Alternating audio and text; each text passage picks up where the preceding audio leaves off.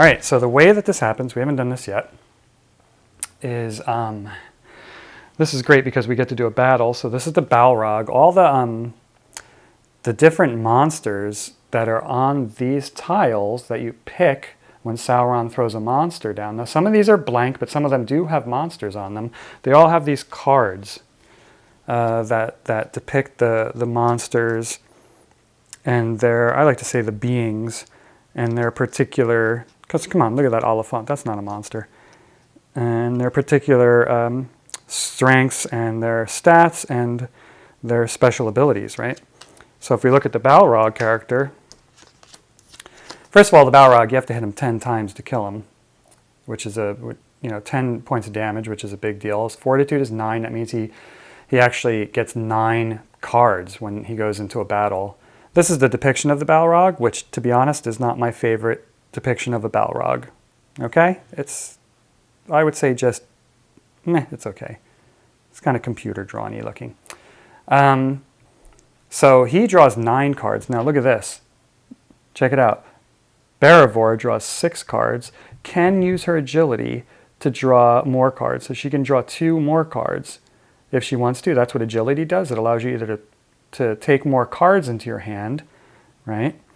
Or, now her fortitude is 6. That's how many she takes when it's the time to pull cards. But right now she has 1, 2, 3, 4, 5, 6. Yes, she has 6 cards in her hand.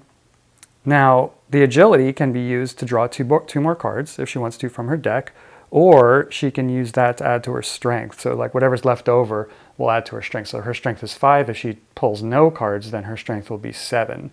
And the strength value is how many, if when you add up these numbers on their cards that they're going to play, how many they could play before they're exhausted, right? So that costs 2 strength. The rest of these cost 1 strength. That one costs 1 strength, right? So, but this guy's strength is 12. But he has a different deck of cards that cost more strength. So now he takes from the Behemoth deck. There's 3 different decks that this game is just so absolutely brilliant. I mean, it's just so great. I keep saying that, but seriously, I mean, you can tell there's so much going on here. So all these different, even the minions and all these different monsters, they might use cards from one of these 3 decks. Now this Behemoth deck here. The Behemoth deck right over here is very strong. It has a lot of cards in it that do a lot of damage, and it's just, it's like an incredible deck, right, of cards. And he has he has a special ability that when you deal 3 damage with a melee card, your opponent must play a random combat card next round. That's a really big deal. So I'm always going to try and have him do 3 damage, this Balrog. Okay. So we're fighting the Balrog, and what happens first is I am going to pick 9 cards randomly from this deck, the Behemoth deck. All right, folks, this is exciting. I'll do it up here maybe. Yeah. Okay. So I'm going to pick 9 of these cards, and that'll be his deck. 2, 3, 4, 5, 6, 7, 8, 9. Just like that. Okay, so now Beravor has to figure out how to use her agility. So it's really rough right now. It's going to be really, really hard for... I don't actually even know if it's possible for Beravor to actually do 10 injury while still in this fight. I mean, the thing is, she's going to have to, 100% have to, because look at this. This is the injury value right here, the number that's up there, right? And then you use this card to minus injury away from your hero. So this is like defense and this is like injury. So if you add these all up together, 1, 2, 3, nothing, 4, that's 4 points of damage right there. So, and then we have, let's see, 5, 6 if I include that, 7, 8, 9, 10. I mean, if she uses all of these special abilities, right, on these cards, then it's a possibility that she might be able to defeat this Balrog, but I don't think so. And the problem is she doesn't have, see, like I said, Eleanor has a card that is the the trump card of all trump cards. That's retreat. That would let her leave the battle. But I don't know. I mean, Barivore has no choice. Actually has to fight this Balrog. That's why those peril cards, like I said, folks, they could be really devastating, or they could be nothing.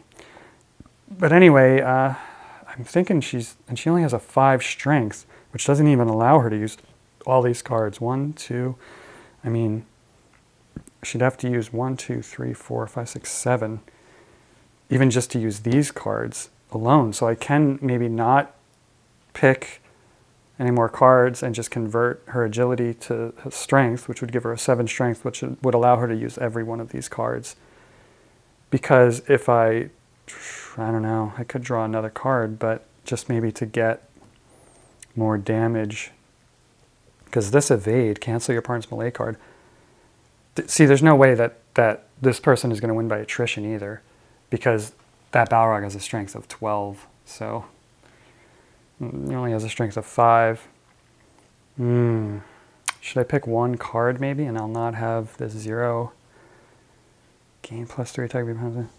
I might try to just gain one more card, just so it maybe I can get a card that does maybe 2 more damage or something like that. So they're going to pick one card.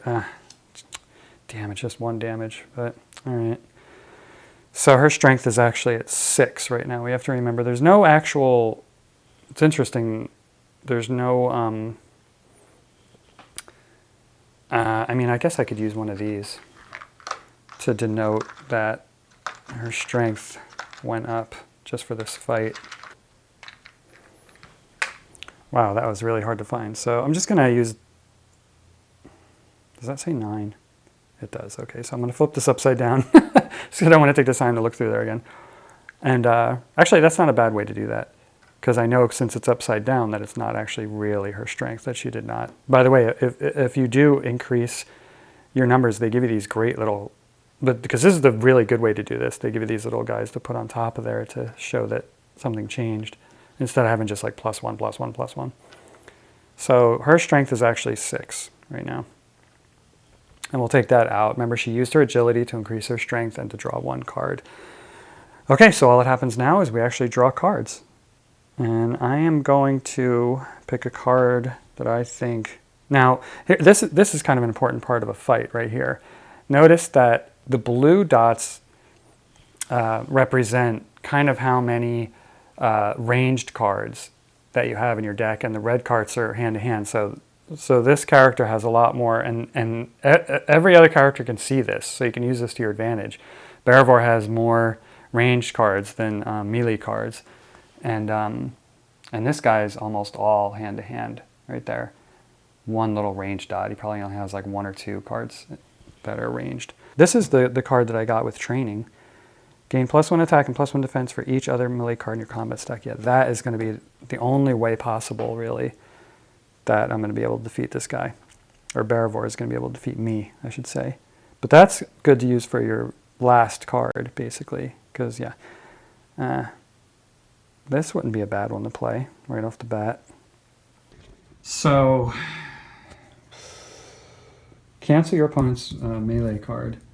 You know what, I pronounce that, I used to always pronounce that melee. You know, when you're, you know, every RPG player has been saying that word for their whole life, basically, ever since they're a kid, but it's melee. So anyway, cancel your opponent's melee card. That is fantastic, but it really, all it does is save you from taking damage, because it doesn't do any damage. Whoop. So that's kind of a bummer.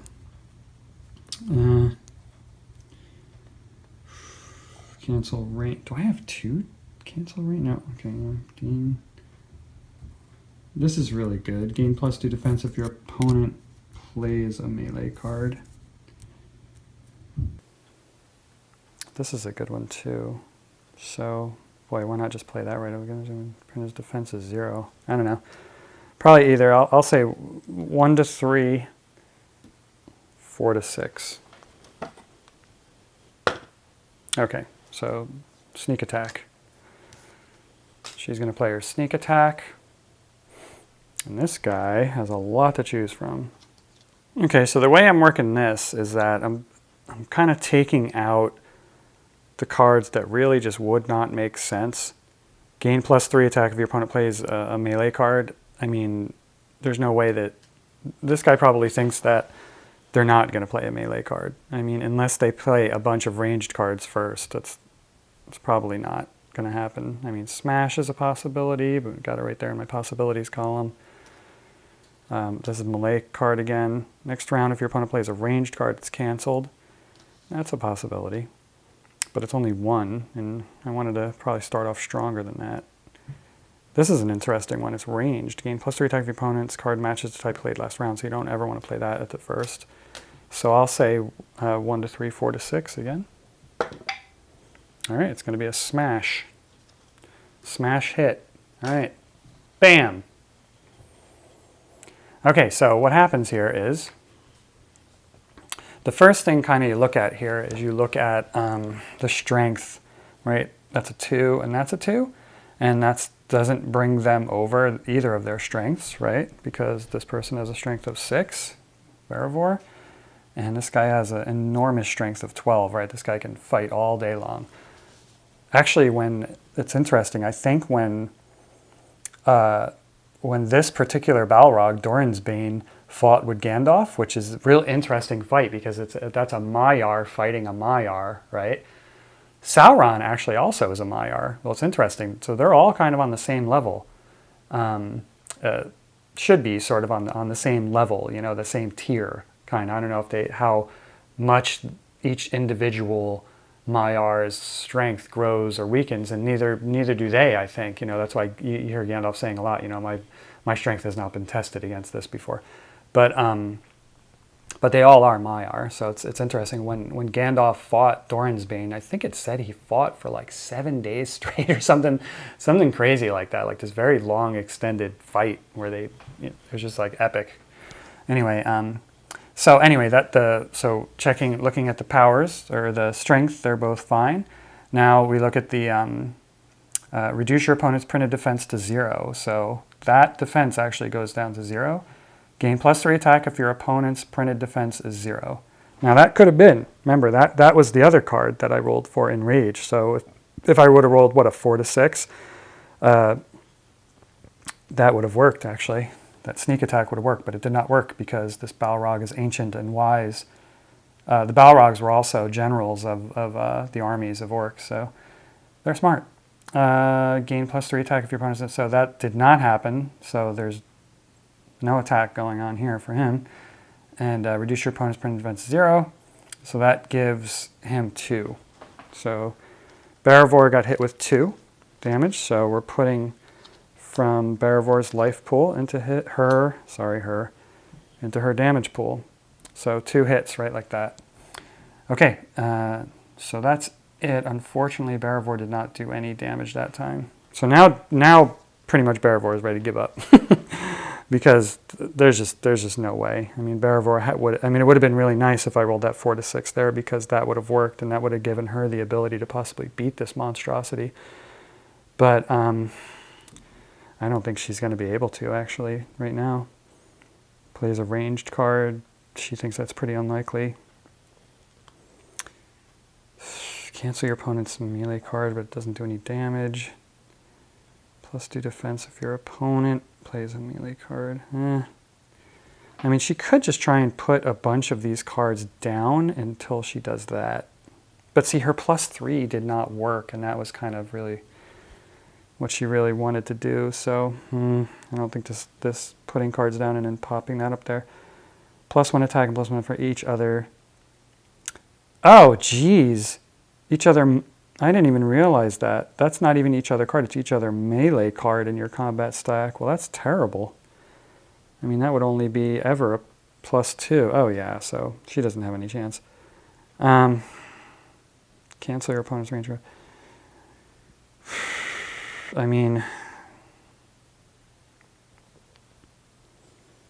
maybe this one.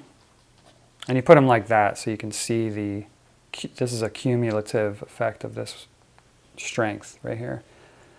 Yeah, so we're going to do the parry, and then I'll figure this out. All right, so all of these would make sense to for the Balrog to play. So I'm just going to say 1 to 4 right here, and if I roll 5 or 6, I'll roll it over again.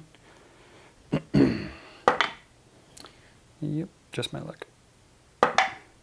1 to 4. 4 is a rush. Look at that. This is big guy. Only takes 1. That's really funny. Okay. So how does that work? Well, let's see. 2, 3. You know, he's really close. He's actually halfway done with his strength already. So you're adding up these at the beginning of each one of these turns, right, to make sure that the person's not what's called exhausted. So meaning that they have, used as many cards as they have strength. So remember, her strength went up to 6, and she's used 3 of it already. Behemoth cards down, there's 3, and this Balrog has 12. This might be actually the strongest monster in the game. I don't know.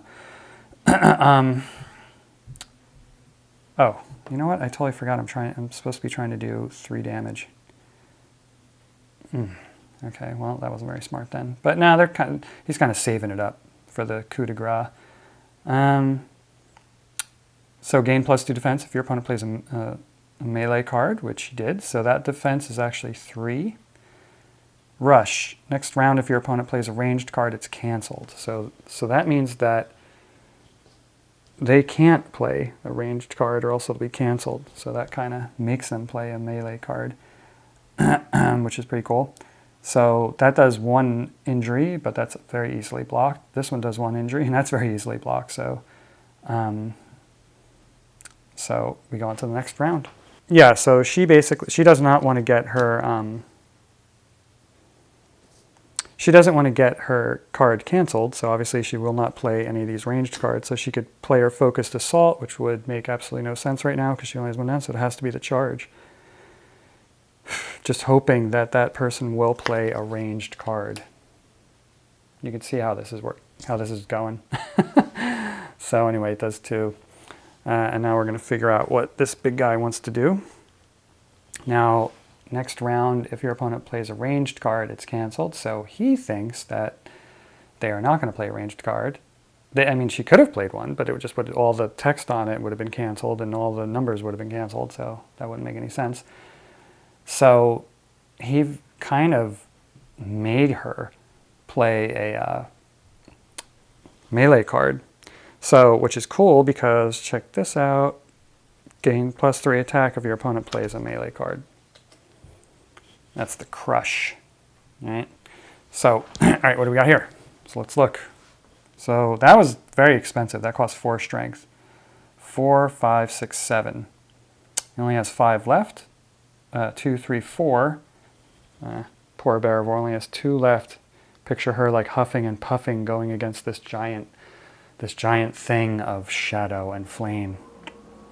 And what happens here? I mean, look at that defense. This is like an unbelievable card. +3 attack if opponent's a melee card. It was a melee card. Cancel your opponent's ranged card. Unfortunately for Bearivore, that was not a ranged card. 2 injury is blocked easily. And this unfortunately does +3 attack if your opponent plays a melee card. This is like the best card. So that does actually 6 injury right there, this 1 card. Cancel your opponent's ranged card, yeah. So that's 6 injury, and actually he doesn't take any injury. That 2 is blocked. So 6 more. So we go 1, 2, 3, 4. That was a rough one. And not only that, but remember this. If you do 3, when you deal at least 3 damage with a melee card, which is that crush, opponent must play a random combat card next round. So we're just going to do a random pick for her this round. It's not looking good for Bearivore, kids. But, come on.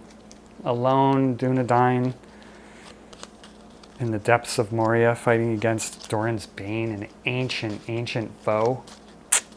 That's rough. So what do we got? We got Focused Assault. Does nothing.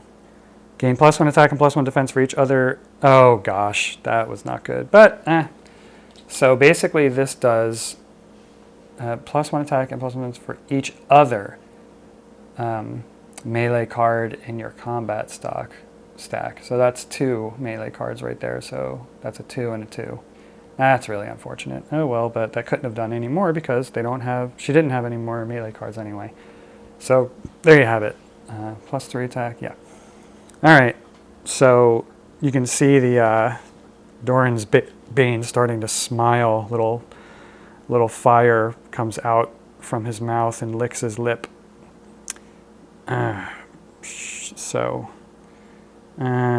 What can do a lot of... There's this enraged. You cannot be dealt more than 1 damage. So he has to still think 4, 5, 6, 7. I mean, he can actually tire out. So, and he doesn't want to do that. So he wants to make sure that's very important. So like, see, he has these other cards that cost 4. If he just willy-nilly put, that down, he already has 7. That would be 11, and then he doesn't even have a 1 card, so he would be exhausted. So that would be a very bad move. So he wants to play his really low cards right now, actually. Reduce your opponent's printed defense to 0. That would be a good one.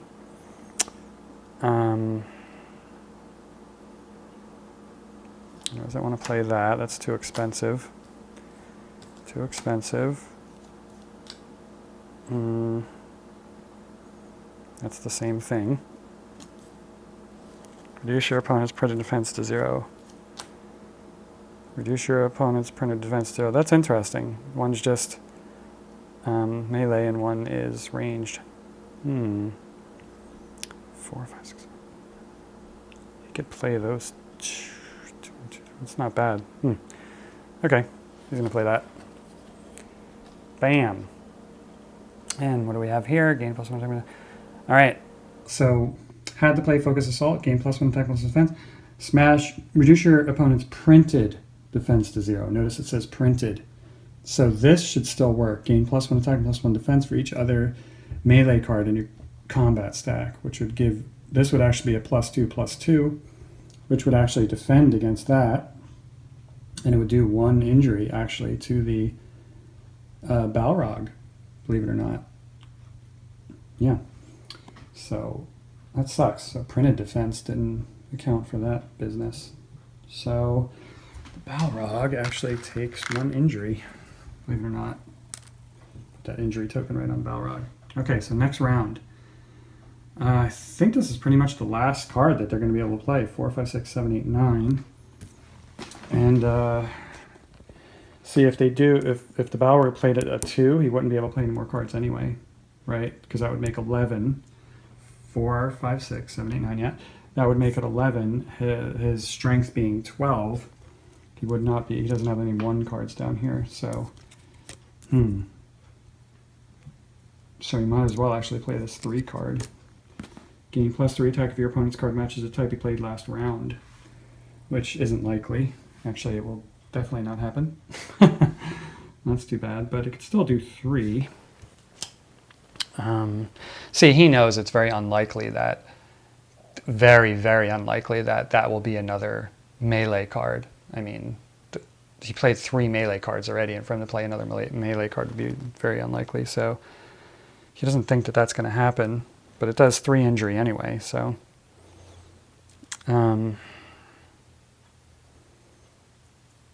this could do 2. Yeah, that didn't help out too much. +3 attack against my melee card, yeah, so that's kind of saying the same thing. That does a lot of defense, though. Wow. I mean, it does 3 injury and has really good defense anyway. Oh, cost 4, you can't do that one, right? Yeah, that's too expensive, so he can't play either of these. So he's going to play the aimed shot. Printed defense to 0. Maybe that would be better, actually. +3 attack against mention. So he doesn't think he's going to play that. So that would only do 3. But any defense would block it. I think he's going to do another one of these kind of cards. I think that's smarter for him to do, even though that seems like it's a stronger card. He thinks it's very unlikely that +3 is going to happen. Although it's a possibility that it might happen. But this reduces, no matter what kind of card he plays, it's going to reduce it to 0, unless it's one of these sneaky Pete cards like this. So he's going to play that. And that actually is going to be the last card he could play, because that's 11. And obviously 2, 3, 4, 5, he only has 6 strength, so he has to play one of these cards. Luckily he has a...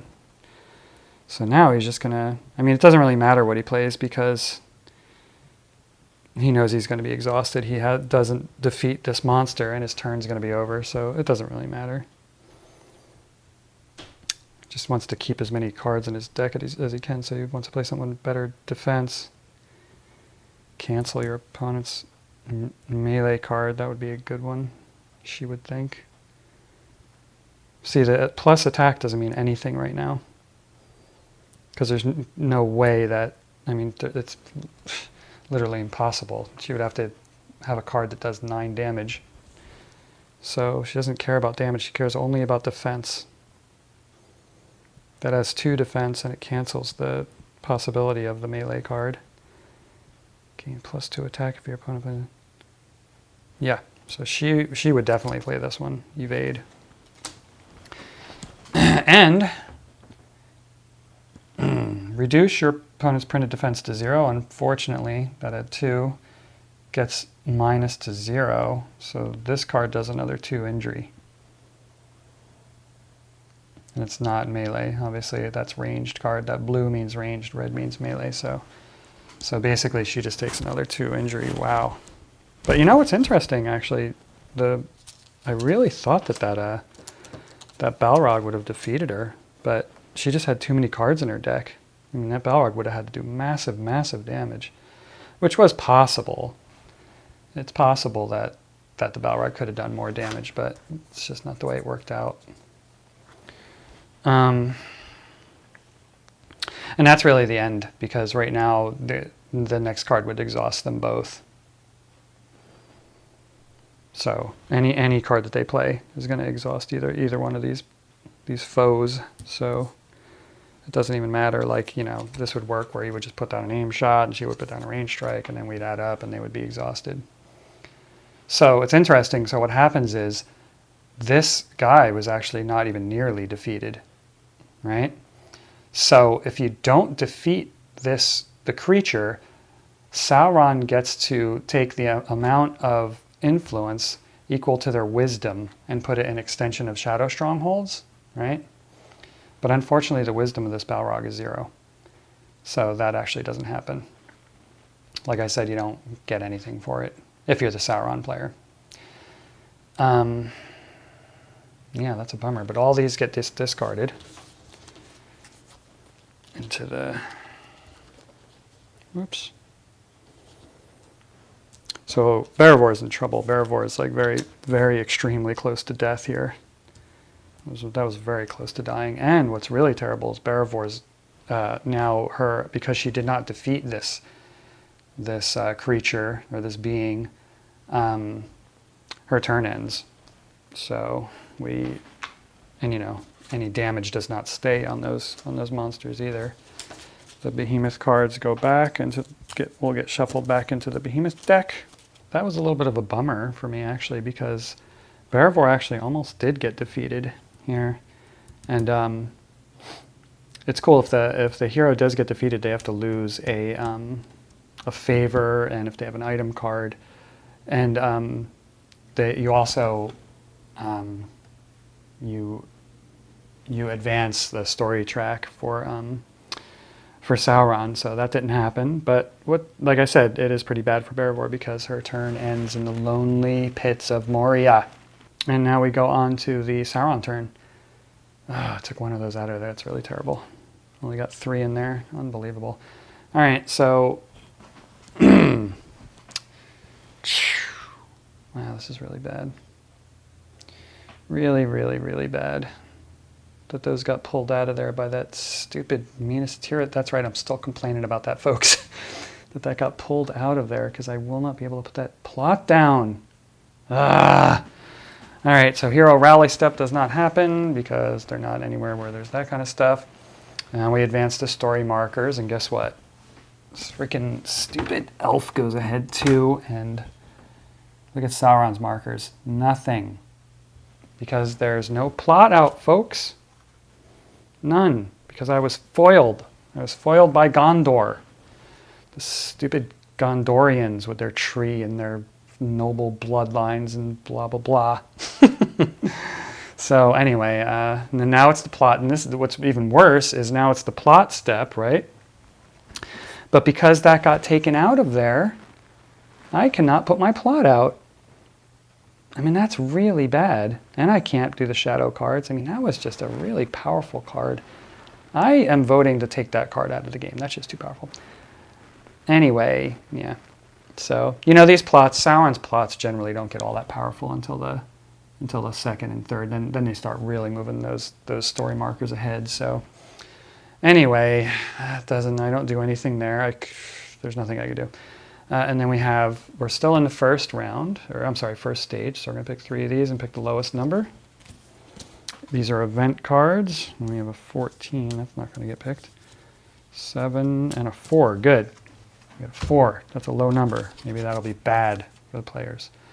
The Thieves of Tharbad, a long and wearisome journey. 400 leagues, I reckon it. And it took me many months.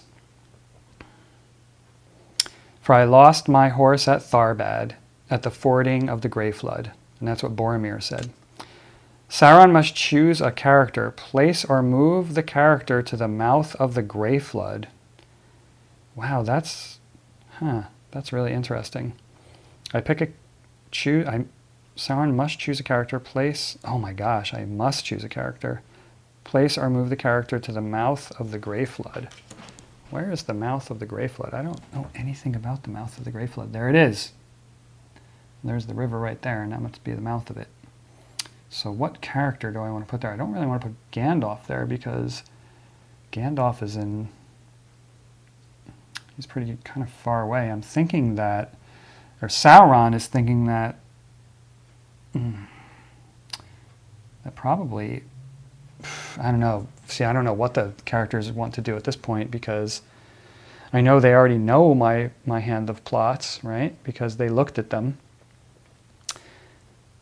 So I think they might be trying to get down to wherever I put this card, but they don't know where I'm going to put it because it just says it has to go where there's a character.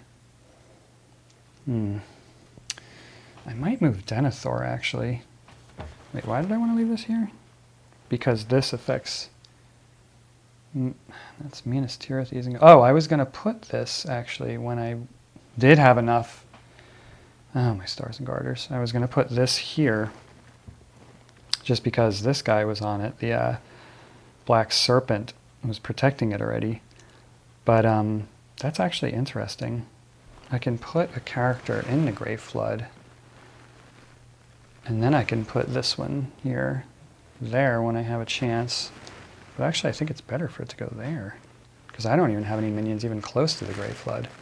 So I think I might just move Denethor to the Grey Flood. Although that's going to make it easy for, well, not that easy, but let's see, Barivor could get to him. 1, 2, 3, 4, no, not that easily. I think I might do that actually. I might have Denethor take on that massive journey to the Grey Flood. And that way, if they do want to come down here to dislodge this plot, because I think that's where I'm going to put it, they don't get the benefit of Denethor. But I don't know. Yeah, because she's right there. She was just ready to get that benefit of Denethor, just ready to meet with him, which is really good for Eleanor because remember when she meets with someone, she gets a favor because she has noble bloodline and everybody knows her. So we also see now there's no character. It's interesting. Sometimes it just puts down a lot of favor. So we got favor in Tharbad and favor in the Bite. Riders of Rohan, what news of the mark? Favor in Tharbad. There. Get a couple of these suckers in there. Wow, that is a favor fest right over there. Also this one, look at this. They got 2 for Gandalf, 2 for Denethor, 1 right there. That's an insane amount of favor. That was really unfortunate actually. Well, no, I guess it makes sense because they wanted it to do that because they knew that he was going to go into Great Flood. Okay, whatever, that was the event step. And now is going to be my action step, which obviously we all know I have to go here because I have to put that down or else I'm not going to be able to do any of these. Well, actually, you know what? First, I need to get some more plots and shadow cards. They know all of these plots already. Remember, they looked at them with the Palantir. So yeah, I'm going to have to do this. So I'm going to get 2 of these shadow cards. Oops, sorry. Well, I have to pick 2 of those. Anyway, I meant to pick 2 shadow cards, though. Those are plot cards. Doesn't matter. Huh, his arm has grown long. I had that already. What? Wait a second. That's funny. I already put a his arm has grown long on them. That was a cool card. Treat the location as perilous. That's pretty cool. All right. I can actually use that card. This one's an 8. Jeez, the Black Breath. Woo, look at that. That's terrible. Start of a combat involving meaning. The hero receives 1 corruption card. Until the end of the battle, the hero has -1 strength, -1 agility for each corruption card on him. Wow, that's very cool. Although it costs $1 million. That's not going to happen until stage 2. And let me see which one of these I got. Remember, I have to toss one of these. Play after a hero. All right, so what do we got here? Well, we have a really crappy looking corruption. It only moves it ahead 1. Requires a monster token or minion with 1 space of the affected location. Edoras or Minas Tirith. Monster token or minion? Well, it'd be pretty easy for me to get a monster there. Because of the Black Serpent, I could put one there right now. Yeah, excuse me. But, I mean, it's one of these real minor plots that only moves that ahead 1. I don't have anything else moving that ahead, so I think I'm going to get rid of this one.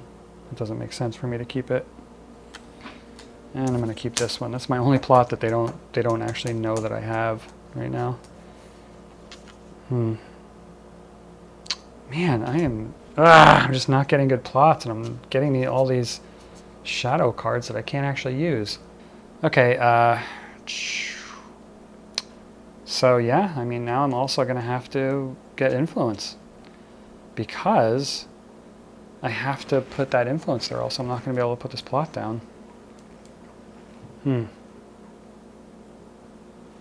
mean, next turn I could put this plot down, which moves that ahead 1, which is already ahead 1.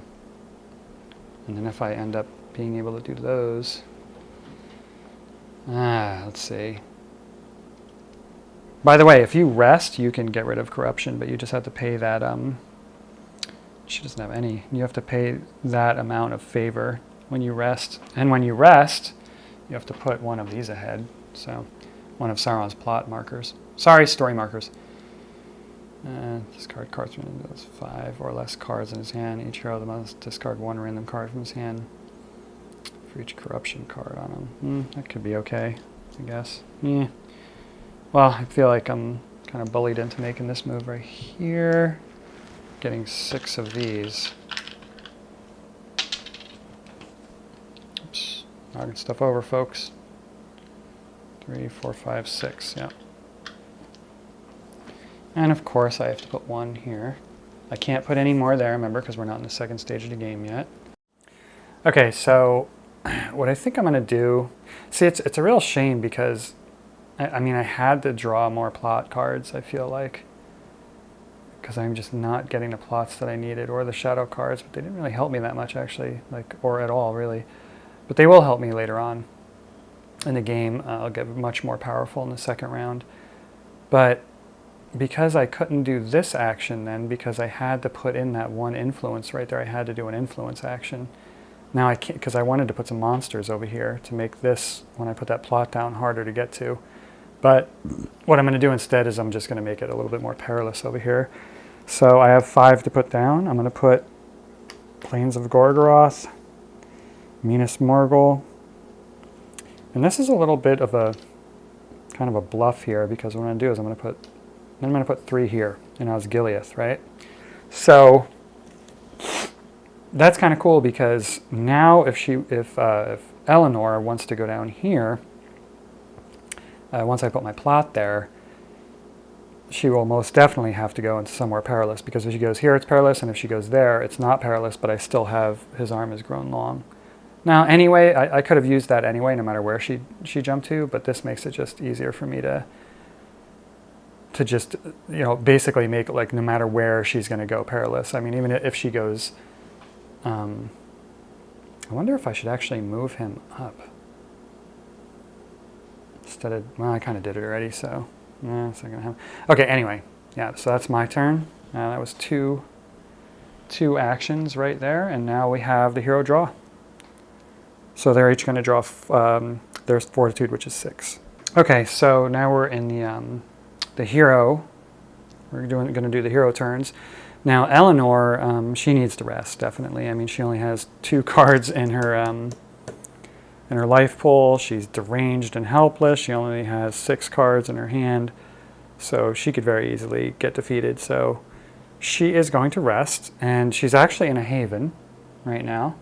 So what she's going to do is, when you're in a haven, you not only rest, but you heal. So that means you take your rest pool into your life pool, and also your damage pool into your life pool. Also, when you rest, you can get rid of these cards, but unfortunately, even if she takes a dark path, she can't do that, because these cost 2 to get rid of. She does not have the favor to be able to get rid of those, so she's going to be still deranged and helpless, but at least she's going to have a full deck. She's going to be a crazy, meek person with a full deck of cards, so I'm going to shuffle these cards up real quick. I like the way they use these little cards too. They use the larger cards where kind of like you need some larger cards, but the smaller cards are great because there is a lot of stuff on this. You can see how big this game is. It's crazy. There's a lot of stuff all over the place. It's kind of a space hog, Not the band space hog, but I'm talking about the actual,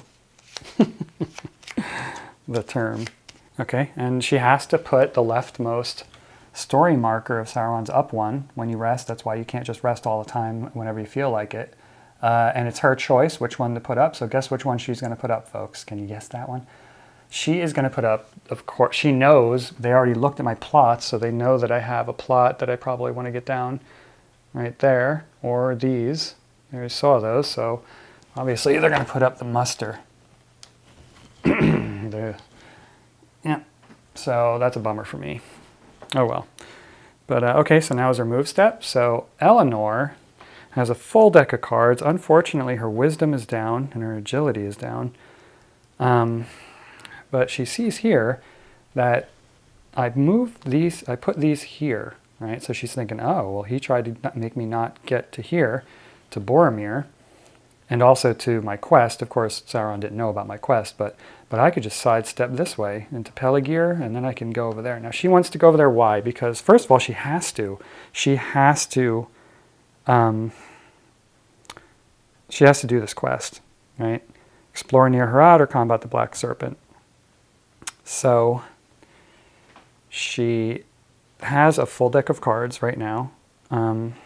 She doesn't have much training, which is unfortunate. She doesn't have any like really great strong cards in there, but she has a full hand of cards too. So he only needs, luckily for her, his abilities don't give him any special ability in fighting, right, in combat.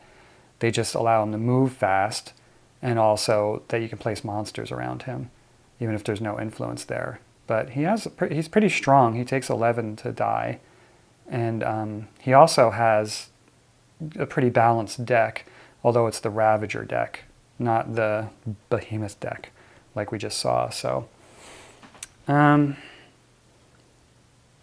mean, she has to do it. I think she's feeling like she has to do that. I mean, she could try and kind of spend another turn trying to get rid of these guys, but really all it does in battle is it reduces her agility by 1, which means she's just not going to be able to add any cards to her deck, or her strength is still going to be 5. Ooh, that's a problem.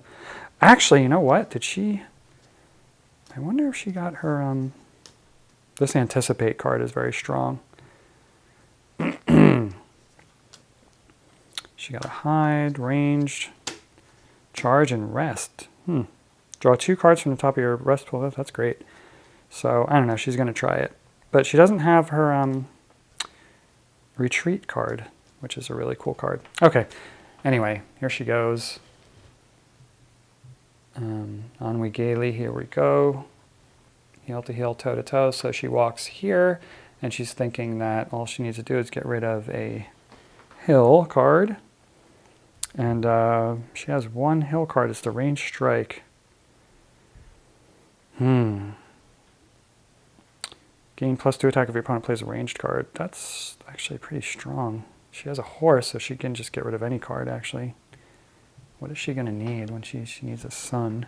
She doesn't want to get rid of those. Well, actually, she could use any card for those, too. So, boy, that horse card is awesome. So right now, she could just choose what card she wants to get rid of. She's definitely not getting rid of that 0 card. This is a good card here. Gain +2 attack. See, his strength is only 8. Although her strength is 5, but she has a couple 0 cards, so she might be able to attrition him. That's not the right way to use that word. Cancel ranged. He might do a ranged card. +2 defense if... Gain +2 defense if you play a ranged card. That's pretty rad. Okay, so...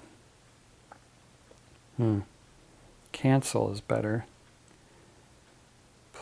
Well, that's just like +2 attack, though, because it'll cancel defense. No, cancel idea, blah, blah, blah. Okay, so she actually is going to get rid of this card.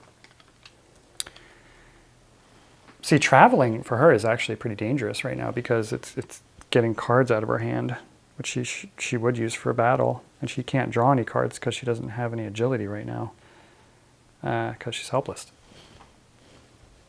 But anyway, when she does that, bazam! My arm grew very long. That's what she said. And not really all that long, though. It doesn't seem like, because it only went from there. But still, again, look at that artwork. It's freaking awesome. The location tree is perilous till the end of the hero's turn. So there we have a perilous. See, look at that. Isn't that strange? I just played that. Okay. So because it's perilous, I get to choose these peril cards. Whoops. Take 3. Come on, let's get something all up in... Oh, it's Pelargir. Pelargir. Pelagir. No, Pelargir. Pelargir. Pelargir. So, come on. We need something in Gondor. Or any location. Hey, any location. There we go. That'll work. The Ruins of Angmar only. Wow, there's not much chance of getting that. Oops, got in the wrong spot. Any location in Rowan or Gondor. Awesome. I get to look at these and figure out which one I want. Fabulous. All right, we'll do that. All right, so we're going to be using the Hounds of Sauron. As the shadows deepened into night, the howls grew near. Dark shadows slid across the moonlit hill, eyes red as blood, darted between rock and branch. Could you imagine, just seriously, think about that. Can you imagine being outside in the wilds, you know? I mean, it's scary enough just like when you're camping alone by yourself here, when you know really nothing bad is going to happen, in reality on the earth here. I mean, can you imagine when you're not only out there where just random things can happen to you, random creatures and all sorts of things that just hate goodly things in Middle Earth like you, but stuff that's actually specifically out to get you. How could you ever sleep? Oh my gosh. Eyes red as blood darted between rock and branch. Soon the warg cries became a cacophony of evil, the sound of fear itself. Yeah, that would be very scary. The heroes dealt 6 damage. She may discard any number of hero cards from his hand, reducing the damage by 1 for each shield icon discarded. If she reduces the damage to 0, she gains 1 favor. Or training. So the cool thing about this card is, because why I chose this one, she's going into battle, I'm thinking. Sauron's thinking she wants to go here and, get this favor from Boromir. And also, is going to have to fight this guy, right? So even if she does try to not take that 6 damage, she's going to have to get rid of cards from her hand, and she cannot get rid of cards from her hand because she's going into battle. So she's just going to have to take the 6 damage. And she has a full deck, so really it's not that big a deal. But it's okay. Like as I said, you know, sometimes these peril cards aren't that big a deal. 4, 5, 6. But you saw with the Balrog one that was an enormous deal. So you just got to do it, folks. You got to do it, kids. You got to make stuff perilous. Come on. Okay, so that was the peril, and now she actually is she's gonna keep going, man, because that's freaking Eleanor, dude. She's badass. She does not mess around. Freaking Black Serpent, what? She's like, dude, I'm gonna eat through you. She has to get rid of, she doesn't have a son, so she just has to get rid of 1 card from her hand. I wonder if it would be a good idea for her. Now, see, the thing is, you might be saying, well, maybe she should just stay there and rest again or whatever, but if she does that, then I can hop him right on top of her, and that would be really bad, because then if she doesn't, you know, she'll get ambushed at the beginning of her next turn. So, oh man, this is really bad. But luckily she has this rest card, which is great. Top of your rest or life pool. Draw up to 2 cards from the top of your... Oh, rest or life pool. Huh, rest pool, she could do that. That's interesting. I thought it was just from the life pool. So what's interesting, I could actually just put this card into... It actually is a sun, which doesn't matter because she has a horse. I could put this into her rest... No, I can't do that. But I could put anyone into her rest pool, and it doesn't matter because she could pull it right back out with that card. And get the range strike back. That's interesting, but I might want to get 2 cards from there because it might be better than range strike. Let's see. Well, is there any cards here? So definitely Anticipate is a great card, although it costs 2 and she has like very little strength right now. Plus 2 defense if you have. That's a good one.